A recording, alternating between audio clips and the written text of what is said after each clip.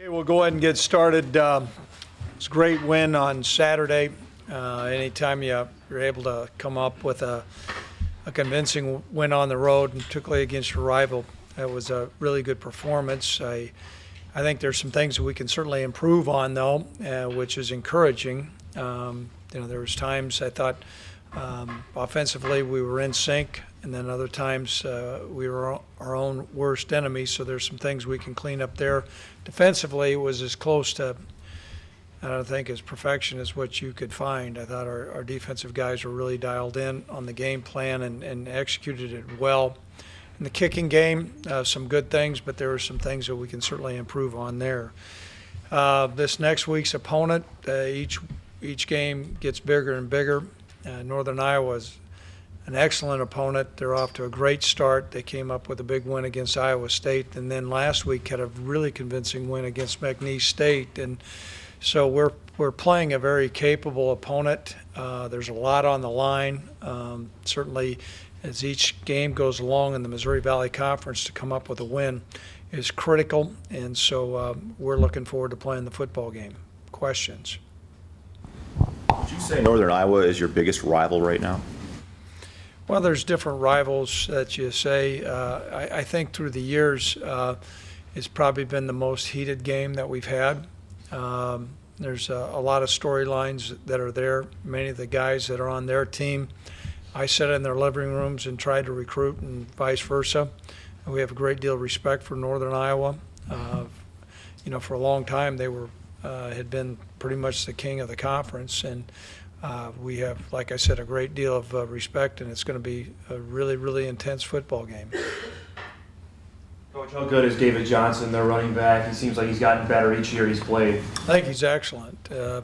He's a guy that if you just look at his size, 6'3", I think he's about 215 pounds. I know he runs under 4.5. He's not only just a big guy, but he's got excellent change of direction. He's got good hands. They utilize him out of the backfield. He's an excellent running back, and so when you're looking at those specifics as far as his size and his speed and then his athleticism, that's a tough guy. And I think their quarterback's playing particularly well right now too, so a lot of offensive weapons to deal with. Coach, what's the biggest difference between Johnson and Zach Zenner? Well, I think you got a guy who I think Johnson's more elusive. When I say more elusive, he can make you miss. You got a guy who's bigger. I don't know if he's faster, and how they utilize him. Zenner, South Dakota State just utilized him in a couple different roles, and we've had real good success against Zenner. Now Johnson's a different guy. He can do a lot of different things. Injury-wise, how'd you come out of South Dakota State? I thought pretty good. Really a little bit concerned about Billy Turner, but we feel like he'll be cleared. He's got a little bit of a bruise on his knee. Anthony Lavoie had dislocated 2 fingers on both hands. I don't know how he did that, but he did that. And outside of that, I think we're pretty healthy. Coach, earlier in the year, you said that you don't think that your players fully grasp some of the things that they have been able to accomplish, like that win at K-State with back-to-back shutouts and the way the defense played last week. Do you think your players fully grasp what they just did? No, and that's a good thing. I think our players are really locked into each week. That's a model for consistency. They set a bar that's really high. I know that they were disappointed with some things in the Ferris State game and got on the right track. Practice habits picked up, attention to detail picked up, and it's shown on the field. Coach, what have you noticed about Northern Iowa that they do defensively that makes them so successful? Well, they've altered their scheme. They've got really good players, and they're well coached. They play really hard. They've changed from a 4-3 into a 3-4, and that always poses some problems for us. But they have good athleticism, and they run the field well. They've got big, strong guys up front, and they play with a tremendous amount of tenacity. And so you put that together, you're facing a good defense. The depth chart shows a 4-3 with a rover. They got a lot of things on their depth chart. I just know what I look like on the tape. They show 12 guys, too, on there, don't they? Last time I counted, they're not playing up in Canada. No, they're multiple on defense, Jeff. And So they'll do some things out of a 4-man look and a 3-man look, which that's a challenge when you're trying to prepare offensively. Is that a challenge your QB at the line of scrimmage? I think more over our offensive line. I mean, because you've got to adjust your blocking schemes from a 3-down look to a 4-down look, and vice versa. That different plays that we run, you've got to block differently, and moreover, the pass protection changes. Coach, just looking at the numbers here, obviously they like to run the ball, but they average 25 pass attempts a game, but have only given up 3 sacks. Yeah. Is getting pressure going to be important? Well, I think that's, making them one-dimensional is really important. They've been able to keep people off balance because of their ability to throw the football. As I said, their quarterback, I think he's got a great touch downfield. They can go vertical. They throw the ball short. Good running game. And so whenever they're able to keep you off balance, that causes big problems. And, it's easy to say we want to get pressure on the passer. Well, if you don't know if they're running or passing, that makes it a lot harder. And so they've been very, very effective, and they take care of the football, and their quarterback operates that offense extremely well. I think they've always done some good things schematically on offense. I think they'll alter their schemes to what their personnel strengths are, and so they've done a good job with that. Coach, a lot of people point to that Northern Iowa game in 2011 when the tenor in the Fargo Dome crowd changed, that it was louder. Yeah. Do you sense that, and that maybe that ratcheted up this game even more so for this coming Saturday? Well, we're in hopes. I don't want to go out and paint the town and say, hey, we need the 12th man, but I'd like to. Then I guess I'll do it here. I think crowd noise certainly comes into play when you're on offense. It is disruptive. I know it has been for us. Our fans appreciate good football. We've had great support at home. I think that's continued to build, and we're in hopes that we have as loud of environment as what we've had. Now, this will be a playoff game. You can slice it, dice it up any way you want to. This team we're playing is an excellent football team. I know, Coach, you talk about this being a heated rivalry, and there's been some things in the past certainly that it has built up to that, and I know you have a mature team and you've talked about that, but do you still have to bring to the fact that, hey, let's not get caught up in stuff after the whistle?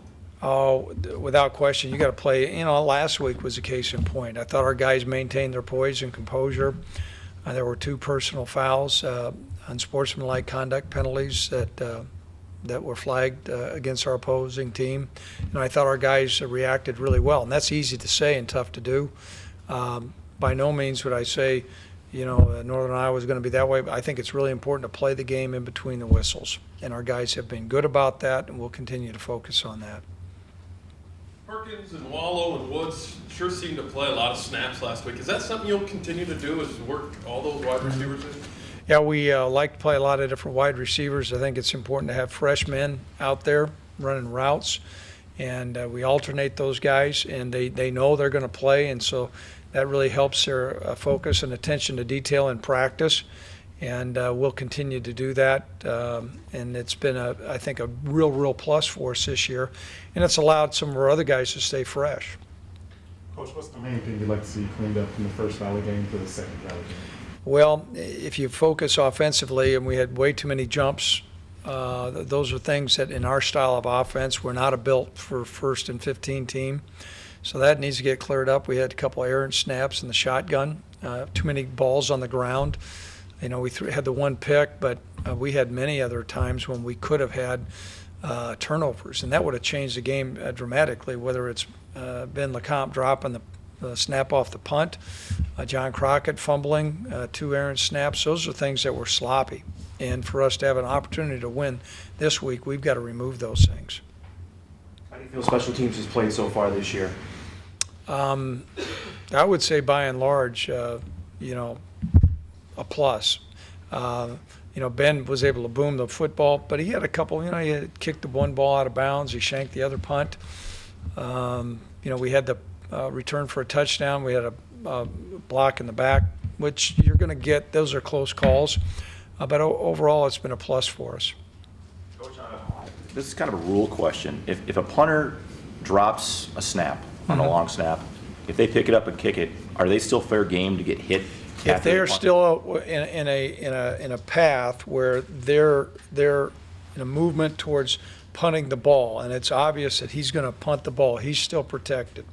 If the punter picks up the ball and begins to move sideways and runs around, then he's free game. He can get whacked. And, you know, I think it was close enough right there. Quite frankly, I wish Ben would have, and he got the ball off, but I wish he would have just eaten it, because that could have really been a real issue at the time. Is it too early to say this is a conference decider game this weekend? I think it's a little premature, but if you just look at how things are beginning to shape up, that's a huge game. And, you know, really quality opponent, well coached, and a great program. And so you can look at the schedule at the beginning of the year and kind of circle this one and say this one's a pretty big one. They're all big, but this is a little bit bigger. Where's UNI better this year than they were last year? I think their quarterback's operating more effectively. You know, the running backs improved. I think they're a little bit more balanced. Last year, you know, they started out with a couple of opponents on the road that really made it difficult. I think they got a lot of guys banged up. You know, when they played Wisconsin and Iowa, I think back to back, I think they got a lot of guys hurt. And so they're fresher. Does Drummo have to pass a concussion test, or is he good to go? Or Yeah, right now, I'm going to talk with Ryan here this afternoon, but our medical staff has said that he's going to be good to go. Mm-hmm. Coach, what's your best guess, I guess, for players you've tried to recruit in Northern Iowa and vice versa? What's the percentage of, you know, the guys in each team that you think? Oh, I don't know. I think through the years maybe it's changed, but it's kind of, you know, if you get in Minneapolis, St. Paul, it's just toss a coin. You know, it's competitive recruiting. And they get some really good players, and we've gotten some really good players too. And sometimes they're teammates, you know. Terrell Singfield and Marcus Williams on the same team. Billy Turner's brother played there. Billy's with us. It's just, it makes some great storylines. Okay, thank you. Yep.